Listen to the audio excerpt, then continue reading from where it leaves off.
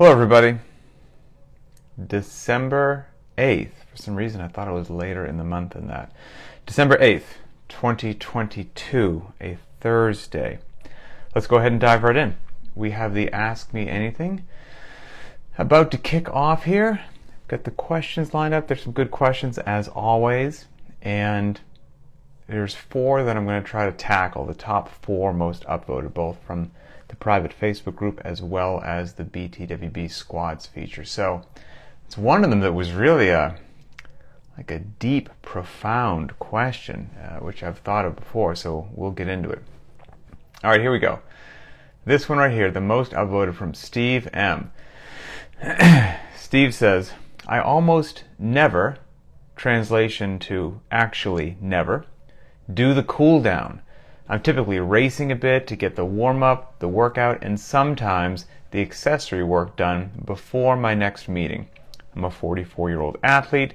What am I missing by not cooling down? Should I be prioritizing the cool down over something else? Great question, most upvoted question. And then Lexi tacked onto that. Can we tack on the warm-up in here as well? How bad is it if we quote-unquote abbreviate the warm-up? And then Steve replied to Lexi and actually said, that's one thing that I never skip. I never skip the warm-up. I might shave a round or two before, slow down, but gone are the days when I can jump right into a workout without damaging myself. Okay, and I think that's important to mention, right? Because some people can get away with different things. Whether it's skipping the warm-up, abbreviating the warm-up, jumping into a workout, doing the cool down, not doing the cool down, stretching, not stretching. There is a bit of personal variability in that and knowing oneself. And there's also, but Steve does do the accessory work, usually, always said sometimes. And this question, I think I would categorize this as there's the ideal and then there is the real. Okay, there's the ideal scenario we'd love everybody to do. Then there's the real scenario that every now and then life forces you to do. Of course, we strive for the ideal, but we modify as life demands. And I'm guilty of this too. With 3 kids and a lot of responsibilities, sometimes the ideal scenario, which is enter the gym with plenty of time, do a full, beautiful warm-up, do a practice round if maybe I need to, build up some incremental weight if that makes sense, hit the workout, went great, no rush, cool down, stretching, walk back into the house. Sure, that's super, that's the ideal. Very often that is not the reality of what life presents. For example, just the other day, the 10 by 250 meter row, I just didn't have a lot of time, it was what it was. I walked into the cold garage, and my abbreviated warm-up for that was I just told myself for 5 minutes, I'm going to row for 40 seconds and rest for 20 seconds. 40 seconds on, 20 seconds off for 5 minutes. And each one of those 40 seconds on, I would gradually increase the pace each time. And then no matter where I was or how I felt at the end of that, I had to go. It was time to start the workout. Because I did want to go and do that workout on the 3 minutes. So I know it was going to take a certain period of time. Would I potentially have been faster on the rower and had better splits if I had more time to really do a beautiful warm-up? Probably, most likely. But that wasn't the hand that I was dealt that morning. So it's all good. I did what I needed to do. Fitness was achieved. Walked out of the garage, injury-free and happy, got in a workout, life goes on. That's it. I can live to PR another day. I didn't do a cool down. I didn't do anything. No stretching. Walked in and had to get the kids up out of bed and get them out the door to school and all that kind of good stuff. Now that being said, that's an interval day on the rower. I couldn't do that if it was an interval day running. If it was 10 by 100 meter dash, I'm not rushing a warm-up with a 10 by 100 meter dash, or I can kiss my hamstrings goodbye. Or if it was a 5 by 5 back squat day, I'm not rushing a warm-up on a 5 by 5 back squat day, not if it's going to be a safe and actually meaningful 5 by 5 back squat day. So how much I can deviate from the ideal to the real also depends not only upon the time that I have, but what's the workout that day. Some of them I can allow myself to be a bit more casual with, and some I cannot. I have to be quite strict with the warm-up or things are going to go badly. And I would use that same kind of mindset to get back to Steve's question, which his specifically was, what am I missing by not doing the cool down and stretching? Well, it depends. Since each person is a bit different, if I had Steve right here in front of me, I'd just ask him some questions such as, on a regular basis, how are you feeling? Sounds like you've been doing this for a while. Are you feeling tight, stiff as a board on a regular basis? If so, skipping the cool down and not doing a nice, allowing your body to come back down and then giving yourself a nice time to get a stretch in, that's probably not a wise decision if you are walking around tight and stiff as a board. Are you feeling good? Great? Good to go? Okay. That might be perfectly good to go in your world. Rock on. Great. And maybe, and also if your time permitted, end of the day, watching a little bit of TV or something like that, the day is kind of over, so to speak. Maybe you can break out a foam roller, lay down on the ground in the living room or whatnot, and just do a casual little kind of a rollout session, even though you didn't have the opportunity to do it right at the end of the workout because, like he said, he's racing out the door to get to his next meeting. So those would just be some things that I would throw around. Now, should you be prioritizing the accessory work over the cool down and stretching? Again, not to duck the question, but I would ask those same questions. Are you feeling good? Not overly beat up, sore, any of those things? It sounds like you doing a warm-up, which he said he never shortchanges, which I think is very intelligent. Hitting the workout, the accessory work, and going home is treating you fine. If you're answering, no, actually, to be honest with you, I am stiff as a board, a little bit tight, then I would bypass the accessory work in favor of the cool down and stretching. So that's kind of what I would say to that. Good question, and a lot of people certainly related to that, hence why it was the most upvoted. Okay, second most upvoted question, and this is one that really got me thinking. Again, it's a profound question. This is from Eric CM. Okay, will an algorithm / computer application or artificial intelligence ever be able to program workouts with the same quality level as Linchpin? Is there a human factor in programming that a computer will never be able to replicate? If it is human dependent, how will Linchpin survive long term without you? I want my kids and grandkids to experience your programming. A lot of stuff going on there. First of all, as is the parlance of our times, man, that last sentence right there just hit me right in the feels. Thanks. I mean, it's very cool. I want my kids and grandkids to experience your programming. That's a heck of a compliment. So thank you. And I've thought about this a bit. Oh, actually, I should say then Patrick S., not me, different Patrick S., replied to Eric's question saying, as saddening of a thought as that is, I've thought about this too. And I would either A, repeat all the workouts from the previous year, or B, with all the podcasts that he's done on programming and how, I would attempt to do it on my own. The worst thing, though, I would miss this community. It just wouldn't be the same. Completely agree. So, all right, a couple things to unpack in this one. Algorithm, computer, or artificial intelligence ever being able to program to the quality level that we do at Linchpin. Truth is, I really don't know. Maybe. The future is a pretty wild and unknown place with regards to tech, as far as I can tell. I would bet that it's possible, in the future for some sort of system to do it okay or pretty well, maybe. But it would take time, I think, to build and get the bugs out and do it correctly. I've actually been listening to a lot of podcasts, and one of them talked about artificial intelligence recently, and it was a fascinating podcast with some people that are like OGs in the tech world, and they live this space. And it's pretty astonishing as to what they are attempting to do and where artificial intelligence is going and where they think tech will be in the future and what will be possible. It blew my mind. But from what I understand, whatever it is that you're trying to teach this algorithm, this program, this artificial intelligence to do, it just doesn't do it by magic.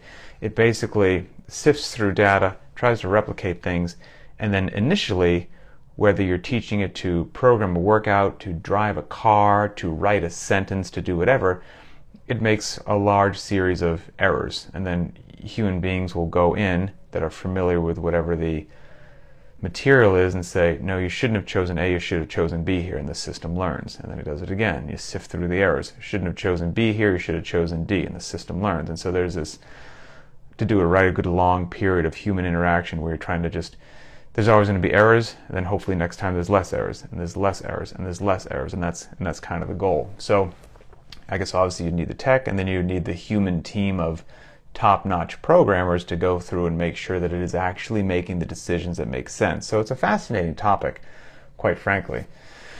Where was it? Let's see. So the stuff that, I don't want to get off on a tangent, but the stuff that these people said in the podcast as to like where technology and artificial intelligence is already trying to go, it was crazy stuff. Like we're aware of this, self-driving cars that people are working on right now. But then it had things like, AI is reading all the famous books in the world and short stories and all this stuff, and it sifts them through, and then after reading so many hundreds and thousands of books, it gets a general sense of how stories flow, or usually what happens in a human tragedy story or human romance story or whatnot, to the point where you can then give some AI out there right now an incomplete story. Like you take out the last chapter of the book and it reads all the chapters before that, and then you can ask it, what would you guess happens? How would you guess this story closes based upon what you've read so far? And it will tell you, based upon all the thousands of stories that it's read, its best estimation of how it believes the story will end. And I guess it's shockingly decent at that. So there's some stuff like that I'm just like, whoa, who knows what's happening in the future. I've also heard that artificial intelligence is writing movie scripts and things like that, because it can just go through and read all the scripts and start to understand what's happening and create scripts based upon what human beings like. So who knows, right? We're all living in Terminator, and we're going to be fighting. What was it that they were fighting in Terminator? What was the name of like the evil company or whatnot? I should know my Terminator history. I can't do it. But anyway, but then it comes down to, okay, let's just say it's possible. Let's say there's a computer algorithm or program. I'm sure there's something out there right now that kicks you out of workout.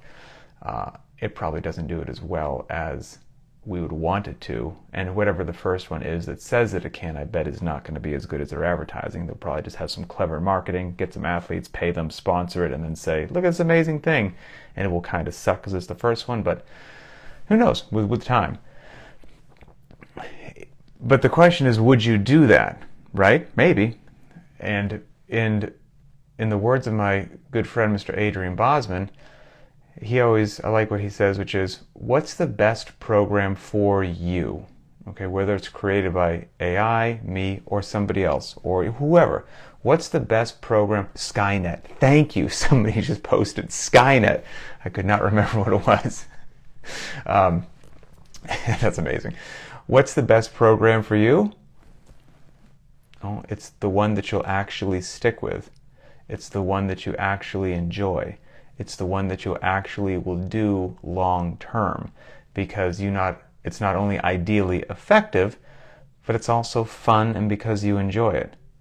That's the best program for you, whether it's created by me, artificial intelligence, an app, somebody else, like whatever it is, that's the best one. Are you doing it when I talk to you 5 years later? If the answer is yes, that's pretty darn good. I think you're on the right track.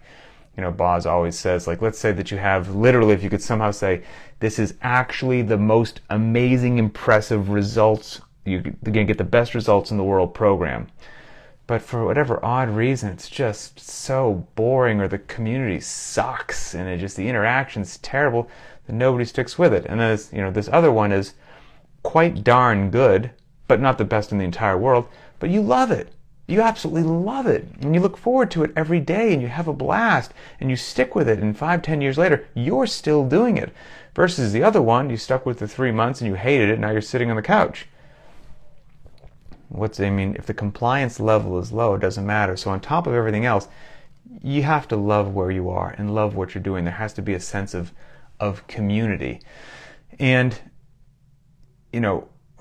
while the goal of Linchpin programming is obviously to be the best strength and conditioning program, minimalist program, 1 workout a day program on the planet, that's my goal every day when I get up, and to produce mind-boggling capacity from 1 workout a day, it's also grown far beyond my expectations. We have thousands of people in the private track. I never expected that to happen. And I think I would have a level of ego and arrogance to say that it grew just because of the programming to that level.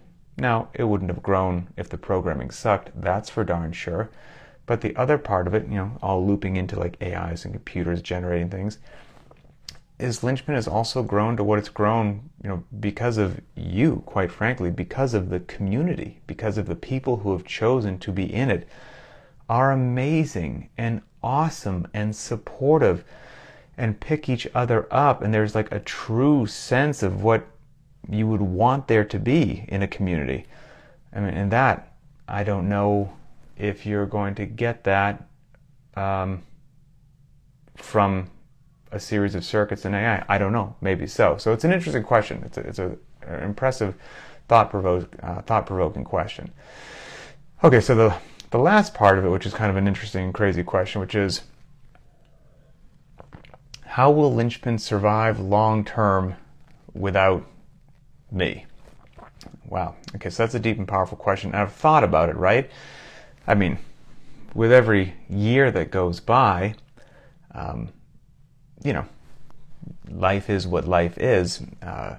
My personal times and lifts with every 5 years that goes by as I push into my 50s or 60s or whatnot, and they're probably not going to be what they were in my 30s and 40s. Like, it is what it is.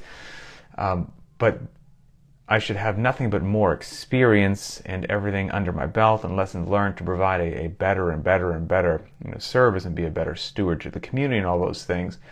But truth be told, I don't know when it will be in the future, but probably won't be doing this when I'm 81 years old. So at some point in time, there will be some unknown day in the future where it's the time for me to pass the torch to Linchpin to somebody else. That's a crazy thing to think about. And if I had to do it today, there is a very small number of people that I can think of that could pick up the torch and do it in the way that I would want it to be done, and more importantly, in the way that I think the Linchpin community would deserve to have it done. An individual who actually has the capacity to create the workouts that I think are at the level that we want them to be, but also the knowledge base, the community interaction, the leadership to really keep the community on track. There's only one person in my mind I can think of, and I'm not going to say that name right here. So, but I'll say it is something that I think about. So that's that. Great question. Thank you for that question. Okay. The next 2 most upvoted questions came from the squads feature. And here we are. This first one is from Clayton B. And Clayton says, lost the question. Okay. On death by shuttle sprints or bike calories or row calories, should you go all out every minute and work on that explosive high intensity piece, or high intensity and recovery, or pace the earlier rounds so that you can get more rounds total? Great question. So first of all, there's no one rule on this, okay? No one hard and fast rule. You can kind of do it how you want to do it. I've played with both options for sure. I will say how I do it now. I traditionally, or I should say these days, I pace the earlier rounds in an attempt to try to make it as far as I can in the workout. That's the most short, succinct answer that I can.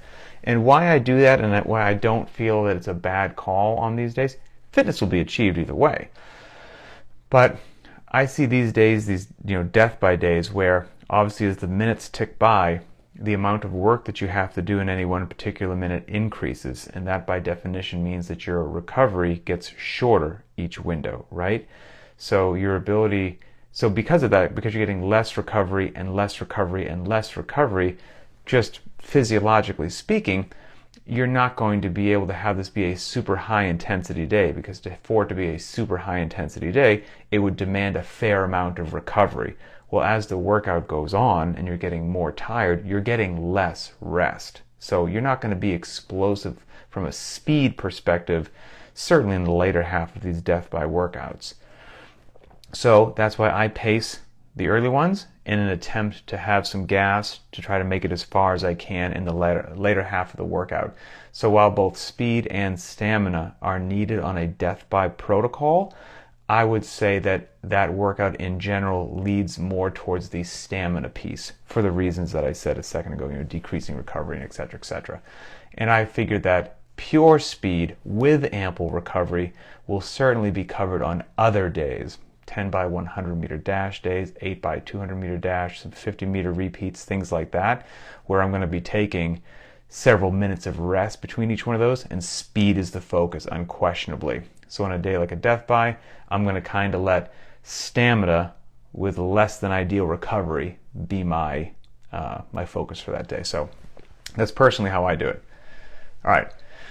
Final most upvoted question from Roy L. Let's see. Okay. When are you not doing enough? I.e., all low effort workouts without intensity. Interesting question, because we often hear, I feel like I'm doing too much, but what if, when are you not doing enough, or the intensity isn't quite what it should be? So interesting question. I would say, first of all, you have your data, so you can see, is this actually happening, and then, is this happening for a day or two? You just got some low intensity workouts going on, you put in some blah performances, whatever it happens to be, that happens for a day or two every now and then, I would say welcome to real life. Perfectly normal. I wouldn't blink twice at it. Happens for a week? That's life. Gonna have a bad week every now and then. Does it happen like this kind of regularly? Are you having bad weeks regularly? Or is it happening longer than that? Okay, that's unusual. Let's start probing a little bit. Is something going on? Are you in a unique phase of your life? Do you have a newborn baby? Are you getting no sleep? Did you change jobs? Are you stressed out? Are you feeling rushed? Is your nutrition in the toilet? Have you increased your alcohol consumption? Are you depressed for whatever particular reason it would happen to be? All of those things are going to have a huge impact on what happens in the gym. A monstrous impact. So if that's the case, if you're dealing with one of those things where you're just going through one of those phases of life, job change, newborn baby, stressed out, no sleep, rushed, whatever it happens to be, in that case, I would give yourself some grace. Life has a way of catching up with all of us. And, when we just had our third child, our daughter here, I'm here to tell you, I had low intensity, whatever sort of days, not for days or weeks, but for like several months before we got back into a groove. And it is what it is. Went through the motions, kept my body moving, tried to keep the diet as clean as I could, got whatever sleep that I could, and little by little, it kind of came back up. So, and I would also say if you're doing functional movements, but like you said, these workouts are kind of low intensity, well, functional movements at low intensity, I would make a really strong case, are better than non-functional movements at high intensity. I think it's going to serve you really well in life, even if you had lower intensity. If you were squatting, back squatting, lighter loadings, so lower intensity, so to speak. You're deadlifting a little bit lighter, so lower intensity. You're doing Fran, but your time's slower than it used to be, but you're doing thrusters, you're doing pull-ups, you're doing 6 by 400 meter repeats, but the times are a little bit slower, but you're doing functional movements. I would rather have you do those movements, which are the movements that you have to be capable at to live on planet Earth. I would rather have you do those than to do non-functional moves at high intensity. High intensity calf raises are just, not going to get you there. High intensity, pick your favorite kind of go nowhere, single joint isolation, or movement that doesn't really have a ton of real world transference. I would much rather have you do functional movements at lower intensity. So you're still getting in there, still moving your body with a wonderful movement. Try to figure out what's going on in those lifestyle factors for your personal life, and see if maybe you can link that as to why you're just not having a lot of pizzazz when you walk into the gym.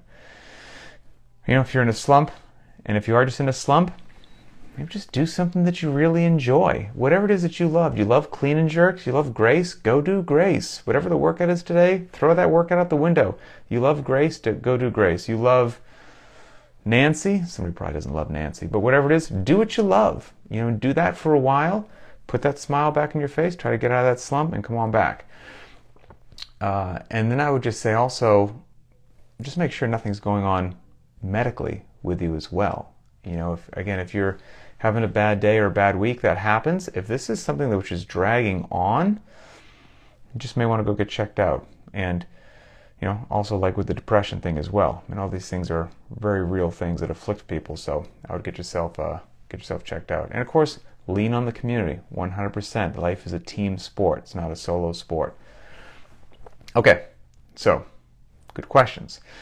We'll end with 2 little linchpin shoutouts that I really liked, and then just a quick refresher on the Test 4 challenge, and then we'll be out of here. Everybody can enjoy their Thursday. So these are 2 screenshots that I recently took from the Facebook group. This one's from Justin C., and he said, new member. Says, I've been stalking this page for about a month, but now that I'm a paying member, I thought I would introduce myself. Hope that's okay. I live in Florence, Alabama, with my beautiful wife and our 3 amazing kids. I'm a business professor at the University of North Alabama, and I run a small executive coaching and consultant practice. I have a garage gym, and I have been working out on my own for years. I got into CrossFit about 6 months ago and decided to join a program for the support and the guidance. Plus, I love being part of a community. I never had that before with a home gym. Thanks for letting me join. So very cool. And that links back to kind of what we said about like the AI and all that. The community aspect is a huge, huge deal. And then one more from Ian W., also a new member. It says, hi guys, I'm new and I just kind of want to say thanks to y'all for making this community exist. I've been floundering in my garage since I made the financial decision to leave my affiliate gym in 2019, and I've really missed having a community. I started Linchpin last week, and everything I've seen made me come out of a 6-year social media retirement to join the positivity. So yeah, thanks for giving me a new place to call home. Super cool. Absolutely cool. So that's that. And just a quick refresher, I should be making a video soon, a standalone video for the December challenge, which is Linchpin Test 4. We're doing 1 linchpin test each month until we get through all 14 of them. So we're on Test 4 right now. There's going to be 4 different versions available. Test 4 is 2 rounds for time. It's a burner. 2 rounds for time, 18 calories on the rower, 15 thrusters, 12 chest to bar pull-ups. 18 calories on the row, 15 thrusters, 12 chest to bar pull-ups. 2 rounds, not 3, just 2 rounds, fast and furious. Women row 12 calories per round.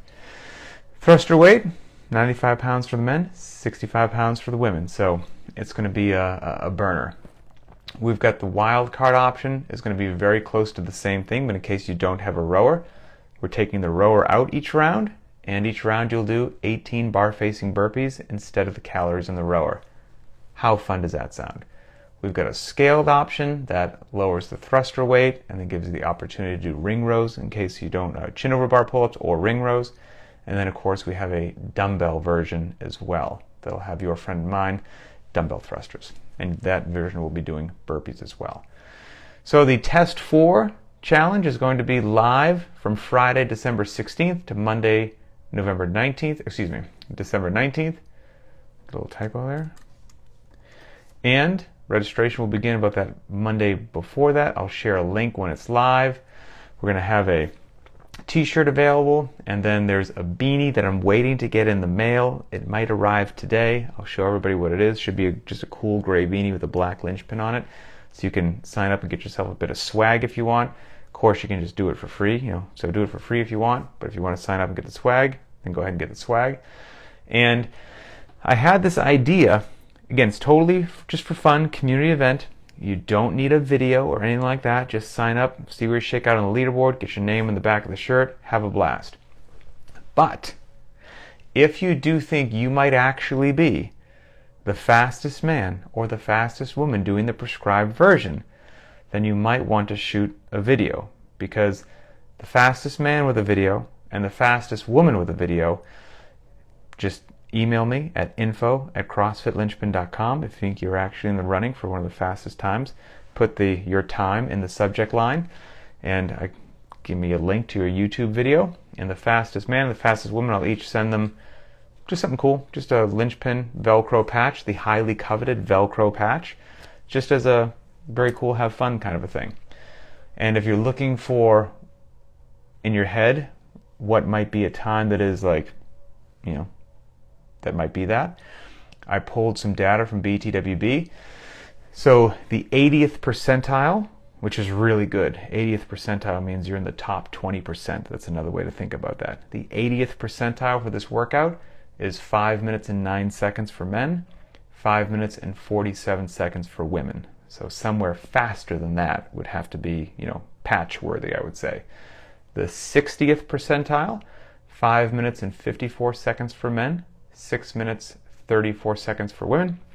And then finally the 40th percentile, 6 minutes 47 seconds for men, 7 minutes 18 seconds for women. So just to kind of give you an idea, it's not a very long workout. Again, it's short and sharp, and it's going to be a burner. So that's that. Once I put out the video, I'll share some links. If you want to sign up, you just tap on the link. I'll put it in our Instagram stories. We'll be good to go. And then there will be a video eventually that will just live on the CrossFit Linchpin YouTube channel under our workout videos playlist. And I'll entitle that video something like December 2022 Linchpin Challenge Test 4, something like that. I'll have all the good information in it. So that's it. Fingers crossed that the beanie shows up today and that it's cool, and then I'll show that to everybody.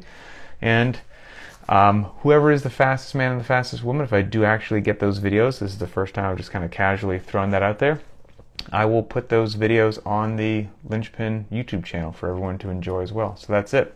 Okay, enjoy the rest of your Thursday, and we'll talk later.